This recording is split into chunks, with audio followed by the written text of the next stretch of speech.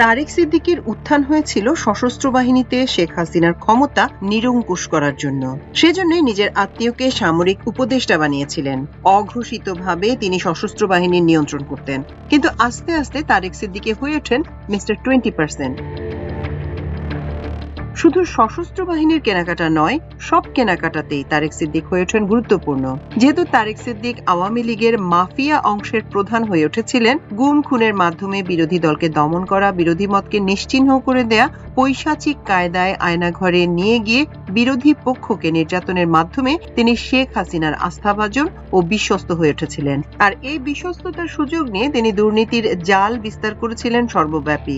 তারেক সিদ্দিকের দুর্নীতি অনুসন্ধান করলে দেখা যায় যে প্রথম দিকে তিনি দুর্নীতি করতেন সশস্ত্র বাহিনীর কেনাকাটাকে কেন্দ্র করে। সশস্ত্র বাহিনীর বিভিন্ন কেনাকাটা নিয়ন্ত্রণ করতেন তিনি। কোথা থেকে অস্ত্র, গোলাবারুদ, সাঁজোয়া যান ইত্যাদি কিনতে হবে তা তিনি নির্ধারণ করে দিতেন।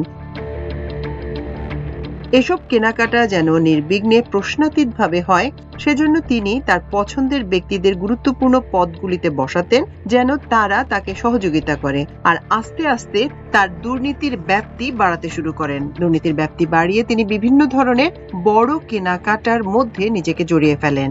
আওয়ামী লীগ সরকার ক্ষমতায় আসার পর বাংলাদেশে আন্তর্জাতিক বিমানবন্দরের সংখ্যা ও মান বাড়ানোর উদ্যোগ গ্রহণ করে।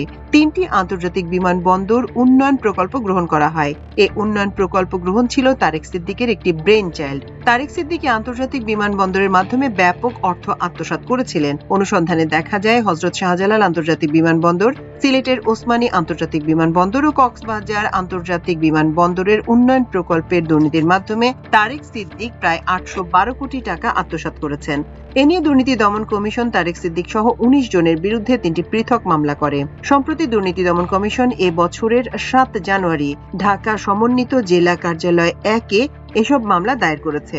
একটি মামলার এজাহারে বলা হয়, ঢাকায় হযরত শাহজালাল আন্তর্জাতিক বিমানবন্দরের installation of radar with CNS ATM প্রকল্পের রাডার নির্মাণ কাজে অ্যারোনেস ইন্টারন্যাশনাল লিমিটেডকে সম্পৃক্ত করা হয়।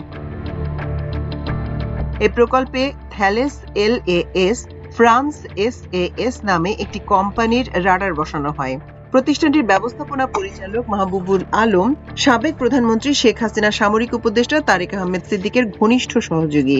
অপর একটি মামলাতেও তারেক সিদ্দিক সহ 10 জনকে আসামি করা হয়। সেই এজাহারে বলা হয়, হযরত শাহজালাল আন্তর্জাতিক বিমানবন্দর সম্প্রসারণ প্রকল্পের কার্যাদেশ দেয়া হয় অ্যাভিয়েশন ঢাকা কনসোর্টিয়াম নামে একটি প্রতিষ্ঠানকে।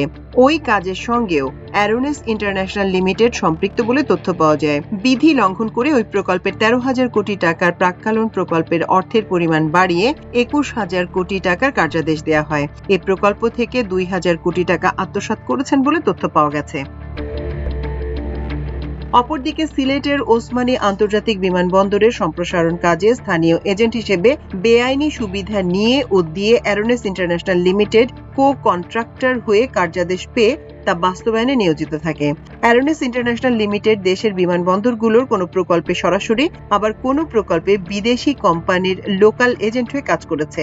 আইন ও চুক্তি লঙ্ঘন করে পরস্পর যোগসাজশে এই প্রকল্পগুলি সামগ্রিক কাজে অ্যারোনেস ইন্টারন্যাশনাল লিমিটেডকে সম্পৃক্ত করা হয়। প্রায় 2,000 কোটি টাকার এই প্রকল্পের কাজে 212 কোটি টাকা অগ্রিম গ্রহণ করে তা আত্মসাৎ করা হয়।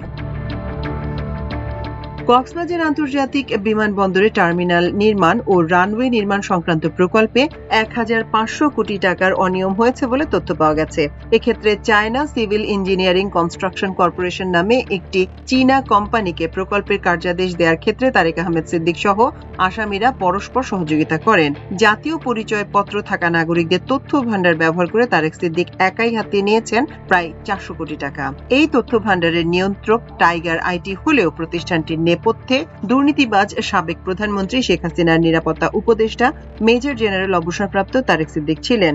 ইসি নির্ভরযোগ্য একটি সূত্র জানিয়েছে, গত 15 বছর ধরে এদের কারণে অরক্ষিত অবস্থায় পরিচালিত হচ্ছে প্রায় 12.5 কোটি নাগরিকের এনআইডি ডেটাবেজ। নির্বাচন কমিশন পাসপোর্ট, ওয়াসার নানা প্রকল্পের কাজ নিজের পছন্দের কোম্পানিকে দিতেন তারেক। এভাবেই প্রকল্প থেকে অনেক অর্থ হাতিয়ে নিয়েছেন তিনি। প্রতিটি প্রকল্প যাকেই তারেক সিদ্দিক দিতেন তার কাছ থেকে 20% করে কমিশন নিতেন তিনি। আর এ কারণেই তার নাম হয়ে গিয়েছিল মিস্টার 20%। মাল্টিমিডিয়া ডেস্ক, আমার দেশ।